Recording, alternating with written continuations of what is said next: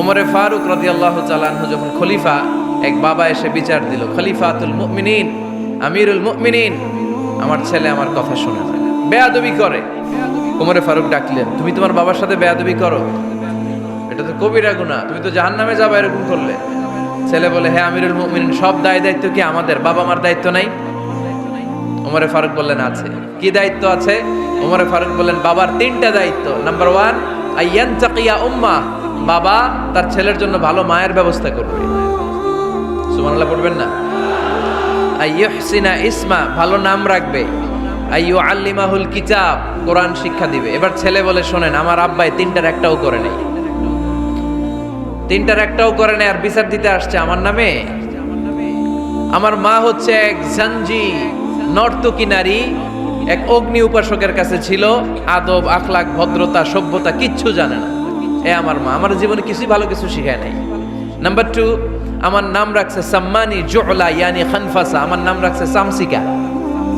নাম কি? এটা একটা নাম হইল? ওয়ালাম ইউআল্লিমনি হারফাম মিন কিতাবিল্লাহ, আল্লাহর কিতাবের একটা অক্ষর আমার শিখায় নাই। ওমর ফারুক এবার রেগে গেলেন, বাবার ঘাড়ে ধরলেন, তুই বেটা বিচার দিতে আসছিস ছেলেরে নিয়ে, এখন তোর বিচার হবে আগে। 1 নম্বর দায়িত্ব, ছেলে মেয়েদের জন্য ভালো মায়ের ব্যবস্থা করতে হবে।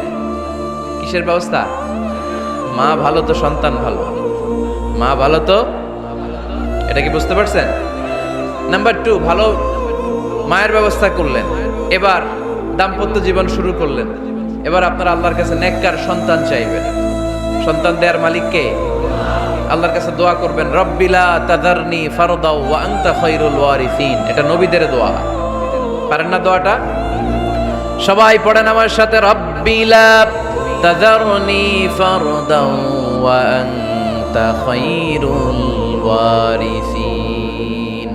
এর মানে হলো, আল্লাহ আপনি আমারে নিঃসন্তান বানিয়ে দুনিয়ায় রাখবেন না, আপনি তো উত্তম উত্তরাধিকার তৈরিকারী, আপনি উত্তম সন্তান দানকারী, ঠিক কিনা? আল্লাহ তাআলা সন্তান দেন, এজন্য আপনি দোয়া করবেন, এই দোয়াগুলো পড়বেন। রব্বি হাবলি মিনাস সালিহিন, আমার সাথে সাথে আওয়াজ করে পড়েন, রব্বি হাবলি মিনাস সালিহিন। কেউ বাদ যাবেন না, আওয়াজ করে সবাই পড়ুন, রব্বি হাবলি মিনাস সালিহিন। এর অর্থ হচ্ছে, হে আল্লাহ আপনি আমাকে নেককার সন্তান দান করেন। আওয়াজ করে পড়েন আমিন। নেককার স্ত্রী, নেককার সন্তান আল্লাহর কাছে চাইতে হয় ভাইয়েরা, না চাইলে পাওয়া যায়